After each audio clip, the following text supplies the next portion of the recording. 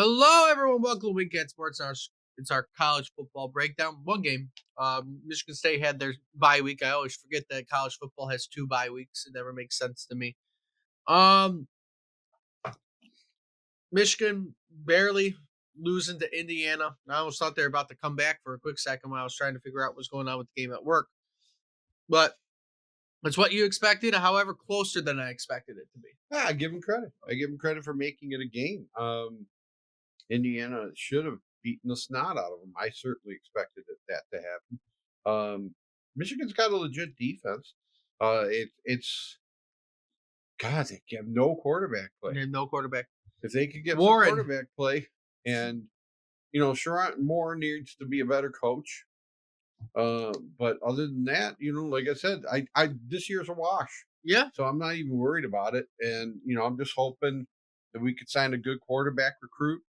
And, I saw, not to get off topic or anything like that, but, it'd be nice if Michigan can kind of like follow suit with what their basketball program's doing and become a school that's fun to watch again, both in basketball and football. Yeah. Um, We don't really watch college basketball as much, but I don't know if Sherrod Moore can do what needs to be done at a major level to bring a winner to Michigan again. We won our national championship. We're happy. Yeah. But I mean, if you're a Michigan fan like I am, but I just don't want to drop to the point where like I said, it's not. There's no point in even. They're going to finish the year 500. Is what's going to happen. Warren today, during the game, he was 16 for 32, threw for 137 yards. They only rushed for 69 yards. Indiana, they had their time, 206 yards, 2 TDs and interception by Rourke. And they only ran for 40 yards. So, I mean, that's how you kept them in because they only were able to throw the ball. But, I mean, it's what you expected out of it. And you weren't going to make any major progress with it. You do have a bye week this week if you're Michigan, though. Before you go play Northwestern at home, your last home game. Should beat Northwestern. That will help you finish 500 because you're not going to go beat Ohio State. No. But I mean, like I said, the season for me is pretty much over.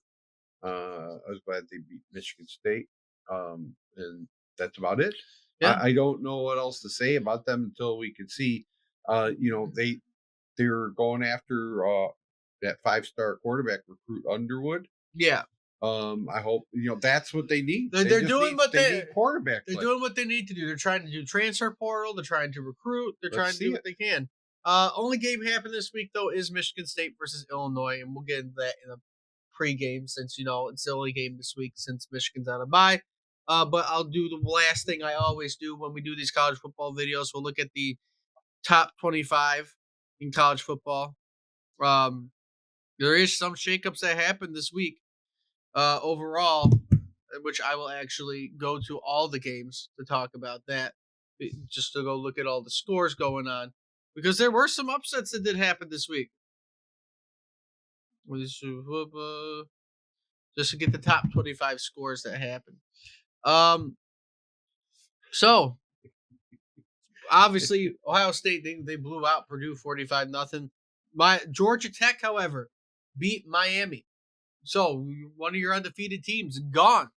And no longer part of the 28-23 was the final score of that game. Ole Miss taking down Georgia. Woo! 28-10. And top 3 team again losing.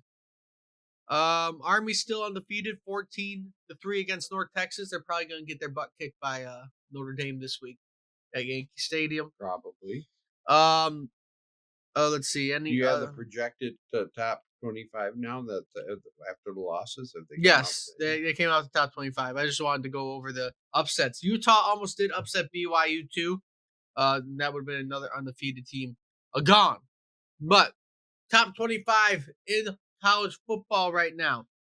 We're going to start with number 1. Has not changed. Oregon. Oregon's going to probably stay number 1 till the end of the year. And whatever happens in the Big Ten Championship will decide their placement. Ohio State, number 2. Still not in the Big Ten Championship game. as of right now. But if Ohio State beats Indiana this week, or I don't know if they're on a bye week or not. They might be on a bye week this week. Um, but which they are. They are. Indiana's on a bye week before they go play Ohio State, so they got a couple weeks to go prepare themselves for their big game.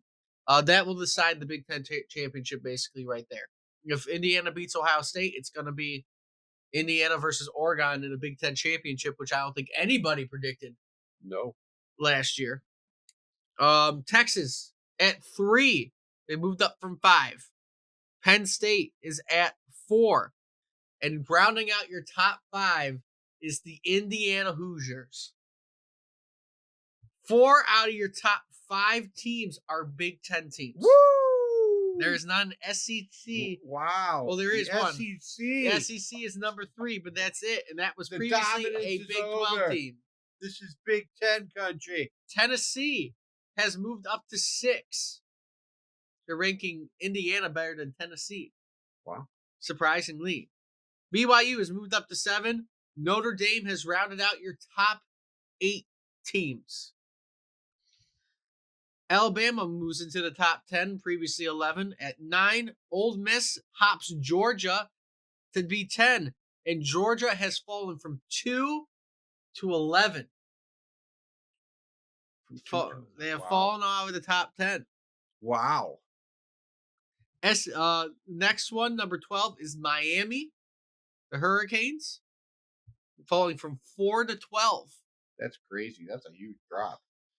Boise State at 13. They dropped 1, even though they won this week. There's a lot going on in that top.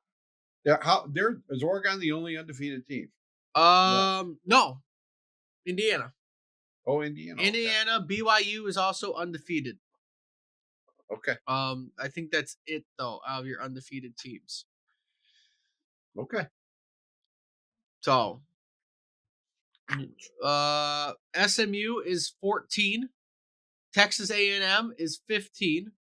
Army has moved up to 16. Surprisingly. They were previously 18. They're a top 16 team going into Notre Dame's game. Again, I think Notre Dame is going to slap Army into reality. I'm sure that's going to be the case. However, if Army beats Notre Dame, that would be surprising and embarrassing for Notre Dame. Clemson Tigers at 17. Colorado at 18. Washington State at 19. Kansas State at 20. LSU at 21. Louisville at 22. South Carolina at 23. Missouri at 24. And the Tulane Green Wave rounding out your top 25. What are your surprises that out of that top 25? I'm surprised that Miami dropped so far.